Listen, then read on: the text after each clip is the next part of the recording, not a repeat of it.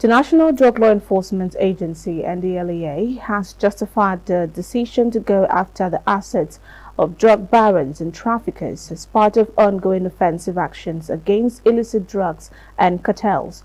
The chairman of the Anti-Narcotic Agency, retired Brigadier General Buba Marwa, stated this at a press conference in Abuja to kick off week-long activities to celebrate the 2024 International Day Against Drugs and Illicit Trafficking. John Taylor reports.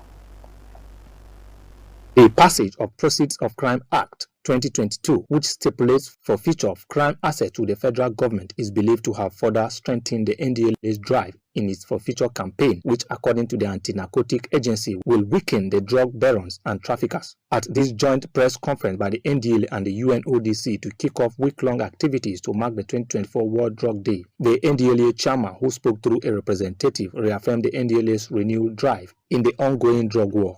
As you are all aware, 2 serial traffickers got life imprisonment in court in April.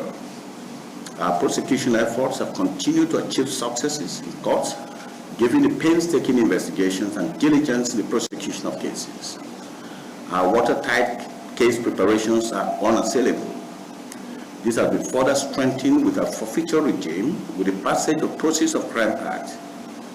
Apart from conviction, the assets of the convicts used as instrumentality of the crime or the proceeds derived from the crime will be forfeited to the federal government. Meanwhile, the UNODC called on government at all levels and other stakeholders in Nigeria to invest in drug use preventive measures to avoid a 40% rise in population of drug users in the country. We're all familiar with the saying, prevention is better than cure. And considering the data and projection, it has become even more critical for Nigeria to invest heavily in drug use preventing measures. I don't think it would be an exaggeration to describe this as a national emergency. If the country is to take on the challenge of this projected increase in drug use, it is imperative that it adopts scientific, evidence-based approaches that prioritize prevention and treatment. The week-long activities include Jumat prayers, work against drugs, and several others. John Taylor, ITV News.